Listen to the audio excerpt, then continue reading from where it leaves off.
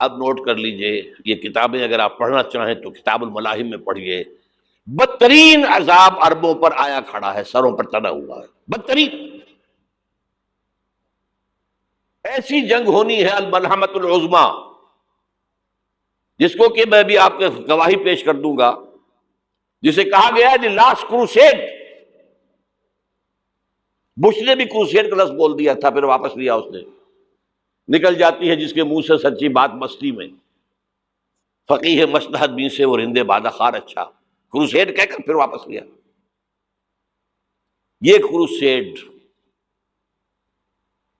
اس کے اوپر جس قدر نقصان ہونا ہے عربوں کا، گریٹر اسرائیل بنے گا، یہ عراق، شام، اردن، سعودی عرب کا کچھ شمالی علاقہ، ترکی کا جنوبی علاقہ، مصر کا صحرائے سینا، اور اس کے ساتھ ہی جو بہترین اس کا زرخیز ترین علاقہ ڈیلٹا آف نائل، یہ سب یہودیوں کے قبضے میں جائیں گے۔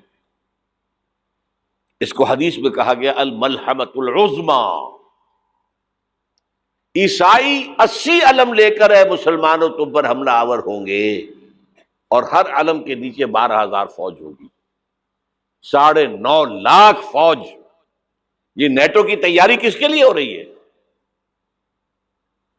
جب یو ایس ایس آر کا خاتمہ ہوا تو پوچھا گیا تھا نیٹو چیف سے، اب کس لیے؟ تمہارا وہ دشمن تو ختم ہو گیا، اب ہمیں اسلامک فنڈامنٹلزم سے نمٹنا ہے۔ وہ جانتے ہیں خطرہ یہی ہے، اب اسلام ابھر سکتا ہے، مسلمانوں کے سینوں کے اندر وہ آگ ہے، اوپر خاک اس طرح آ گیا ہے، تم پہ اٹھانا بیٹھنا، یہ اندر تو انگارہ ہے، اوپر سے راکھ ہے، اسے دھوکہ نہ کھا جانا ان کے دلوں کے اندر۔ اور بش نے کہا تھا مسلمان چاہتے ہیں کہ ہسپانیہ سے لے کر انڈونیشیا تک نظام خلافت قائم کریں، اور میں حیران ہوا تھا کہ اس کمبخت کو ہسپانیہ کا خیال کیسے آ گیا؟ ہمیں تو کبھی آتا ہی نہیں، اب ہم تو بھول گئے، وہ تو 500 برس پرانی بات ہے جبکہ وہاں سے ہمیں نکال دیا گیا تھا۔ اگرچہ اقبال نے کہا تھا ہے ارض فلسطین پہ یہودی کا اگر حق، ہسپانیہ پر حق نہیں کیوں اہل عرب کا؟ ہسپانیہ میں تو 800 سال حکومت کی مسلمانوں نے، اور ابھی 500 برس سے گزرے ہیں نا۔ یہودی تو ارض مقدس سے 2000 سال نکالے گئے، انہیں لا کے آباد کیا گیا، عربوں کے سینے میں خنجر بھونک دیا گیا۔ وہ چھوٹا سا ملک جو چاہتا کرتا، کوئی پوچھنے والا نہیں۔ امریکہ جیسے اپنے بیٹے کی حفاظت کرے ویسے کرتا ہے اس کی۔ اور حضور نے فرمایا ہے وہ جنگ جب ہوگی تو ایک باپ کے اگر 100 بیٹے ہوں گے تو 99 ختم ہو جائیں گے، ایک بچے گا۔ یہ حدیث ہے، حدیث ہے صحیح۔ اور آپ نے فرمایا ویل للعرب من شر قد اقترب، عربوں کے لیے ہلاکت ہے، عربوں کے لیے بربادی ہے اس شر سے جو قریب آ چکی ہے۔ اور آج جس طرح انہوں نے ان کی تہذیب کو اختیار کر لیا ہے، دبئی جا کر دیکھیے، بدترین مغربی معاشرہ جو ہے وہ دبئی کے اندر ہم نے قائم کر کے دکھا دیا۔ اب سعودی عرب اس راستے پر بڑھ رہا ہے۔ اور اس کے بعد نمبر 2 پر جو ہے ہم پاکستانی ہیں، لیکن میں اس کے وہ پہلی بات جو کہہ رہا ہوں وہ تو یقینی ہے، اس میں تو احادیث صحیحہ موجود ہے۔ اگرچہ اس کے بعد پانسا پلٹے گا، پھر حضرت مہدی کا ظہور ہوگا، حضرت عیسیٰ کا نزول ہوگا، اور وہ گریٹر اسرائیل گریٹر گریو یارڈ بنے گا یہودیوں کا، ایک ایک یہودی قتل ہوگا اور دفن ہوگا۔ یہ بات میں ہونا ہے، میں پہلی بات بچ کر رہا ہوں۔ وہ پانسا پلٹے گا جب پلٹے گا، ابھی جو سامنے ہے وہ کیا ہے؟ جس ملحمۃ العظما کہا حضور نے، جسے آرمگیڈون کہتے ہیں عیسائی۔ آرمگیڈون کی اگر کہیں جا کر آپ دیکھیں گے، آپ ڈکشنری میں مانی تو کیا لکھا ہے؟ A very big war which will be fought between the forces of evil and good before the end of this world۔ اس دنیا کے خاتمے سے پہلے خیر اور شر کی قوتوں کے درمیان بہت بڑی جنگ ہوگی۔ ارمجدون اسے کہتے ہیں عربی میں، اور آرمگیڈون اسے کہتے ہیں انگریزی کے اندر۔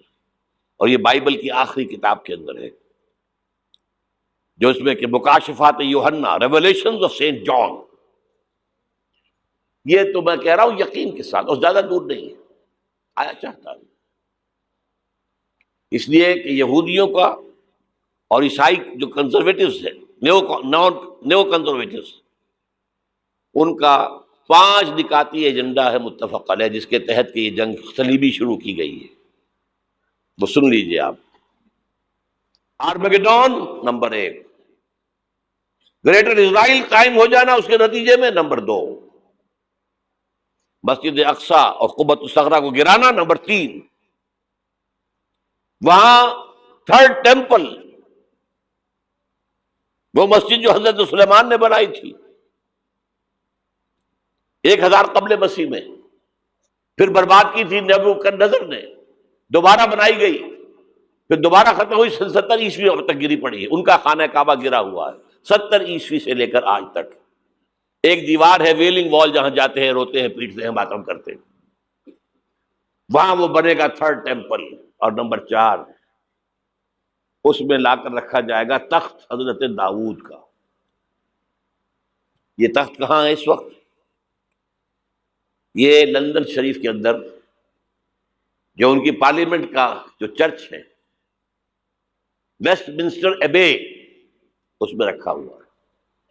ایک پتھر تھا جس پر بٹھا کر حضرت داؤد کی تاج پوشی ہوئی، پھر حضرت سلیمان کی ہوئی، پھر وہ پتھر رکھ دیا گیا جب حضرت سلیمان نے بنایا ہیکل مسجد اقصی، وہاں رہا وہ. ہر بادشاہ جو تھا یہودی اسی کے اوپر بٹھا کر اس کی تاج پوشی ہوتی تھی. سن 70 میں ٹائٹس نے گرایا اسے، ہیکل کو، وہ پتھر لے گیا، وہاں سے روم گیا، روم سے آئرلینڈ گیا، آئرلینڈ سے اسکاٹ لینڈ آیا، اسکاٹ لینڈ سے انگلینڈ آیا، اور اب وہ رکھا ہوا ہے 14ویں صدی عیسوی سے آج تک. وہ ویسٹ منسٹر ایبے میں رکھا ہوا، ایک کرسی کی سیٹ میں اسے بنا دیا گیا ہے تخت کی شکل میں. اب انگریزوں میں کوئی ملکہ ہو، کوئی بادشاہ ہو جس کی بھی تاج پوشی ہونی اس میں ہوتی. یہ لا کر رکھا جائے گا تھرڈ ٹیمپل میں، اور اس پر یہودیوں کے خیال کے مطابق ان کا مسیحا آئے گا جو مسیح دجال ہوگا. عیسائیوں کے خیال کے مطابق حضرت عیسیٰ آئیں گے، وہ ہمارا بھی خیال ہے حضرت عیسیٰ آئیں گے علیہ السلام. بہرحال یہ تو بات کی باتیں ہیں نا. اس وقت جو میں عرض کر رہا ہوں، عربوں پر بہت بڑا عذاب، اور پاکستان کا معاملہ البتہ یہ ہے، میں یقین سے نہیں کہہ سکتا. ہینگنگ ان دی بیلنس، ہو سکتا ہے اللہ تعالیٰ ہم پر رحم فرمائے، ہو سکتا ہے، اگرچہ اس کی کچھ شرائط ہوں گی. چمن کے مالک اگر بنا لیں موافق اپنا شعار، اب بھی چمن میں آ سکتی ہے پلٹ کر چمن سے روٹھی بہار، اب بھی ہو سکتی ہے. اور یہ بھی ہو سکتا ہے کہ اللہ تعالیٰ نے معجزانہ طور پر ہمیں ملک دیا، ہم نے اللہ سے بدعہدی کی، وعدہ خلافی کی، غداری کی، لہذا سزا دی جائے اور ہم سے یہ ملک چھین لیا جائے. It's just possible. دور نہ سمجھے اسے، انہونی بات نہ سمجھے. جو گھیراؤ ہو رہا ہے آپ کے مغرب میں نیٹو فورسز اور مشرق میں بھارتی فورسز گدھوں کی طرح بیٹھے ہوئے انتظار کر رہے ہیں پاکستان اور ڈسٹیبلائز ہو جائے، یہاں اور بدامنی ہو جائے. اب لاہور میں پھر آج دھماکے ہو گئے ہیں. 2 دن پہلے کا دھماکہ میں سہ کے آیا ہوا ہوں، آپ کے سامنے بیٹھا ہوں. وہ جانیں بچی ہیں جو ہماری اکیڈمی کا حشر ہوا، تو میں آپ کو نہیں بتا سکتا. یہ سارا کیوں ہو رہا ہے؟ تاکہ یہاں بدامنی ہو جائے اور ہمیں جواز مل جائے. مغرب سے نیٹو فورسز داخل ہو جائیں، مشرق سے بھارتی فورسز آ جائیں، اور ہمارے ایٹمی دانت توڑ کر اور پھر ہمیں بھارت کے سامنے ڈال دیا جائے. نو ڈو ایز یو لائک. یہ ان کا نقشہ ہے. ہوگا کیا وہ اللہ جانتا ہے، ہوگا وہ جو اللہ چاہے. لیکن اللہ کا چاہنا جو ہے وہ کس پر منحصر ہے؟ یہاں انقلاب برپا کرو، یہاں اسلام لاؤ. اگر دھندوں میں لگے رہو گے تو وہ خود بخود نہیں آ جائے گا انقلاب.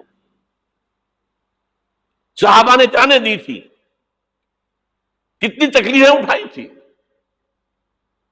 12 برس تک مکی دور کے اندر با نقشہ درویشی در ساز و دمادم زن، جو پختہ شبی خدرا بر سلطنت جم سن.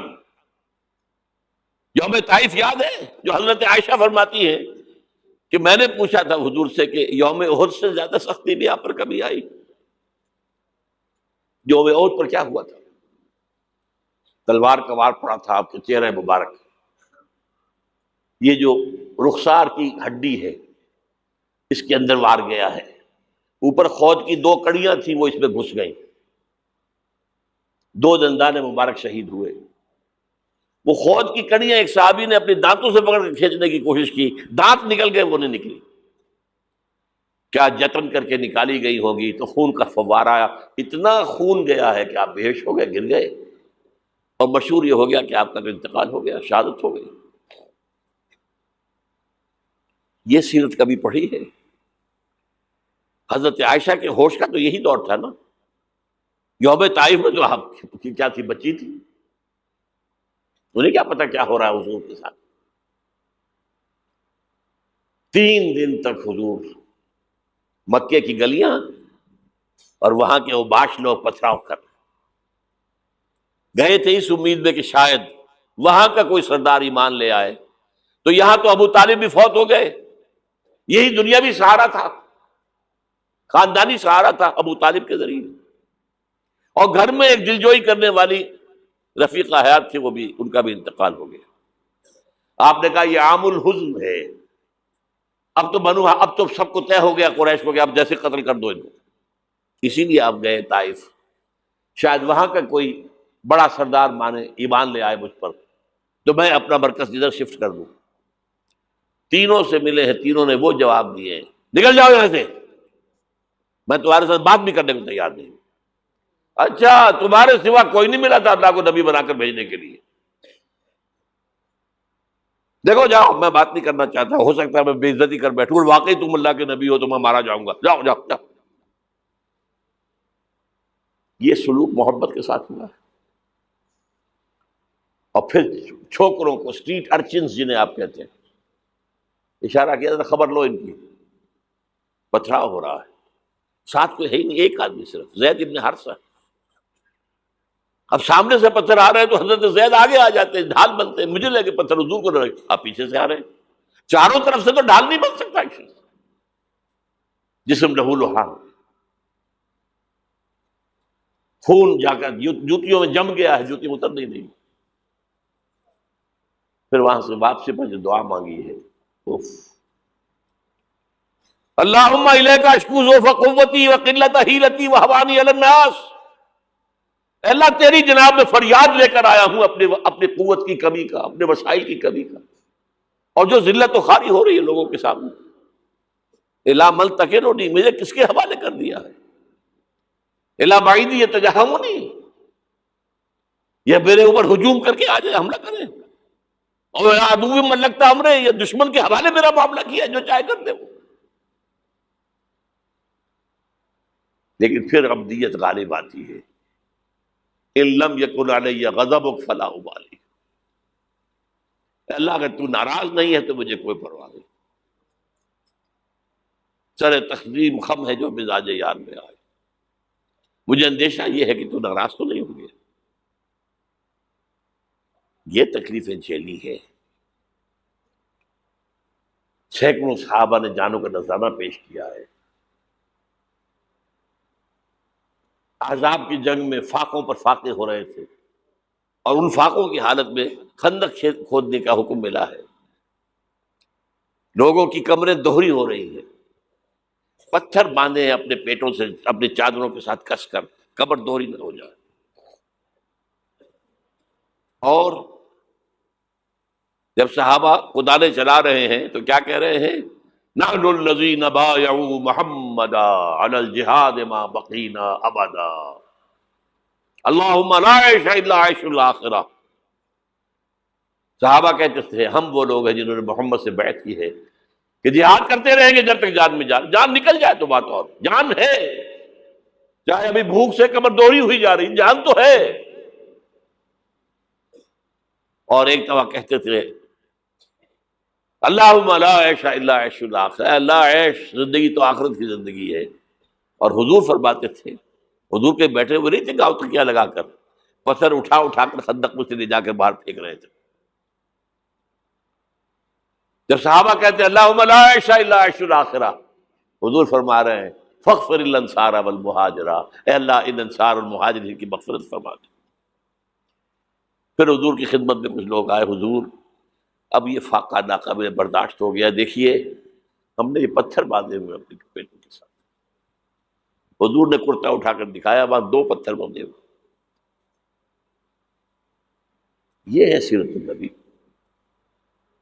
آپ کس چیز کو سیرت النبی سمجھتے ہیں؟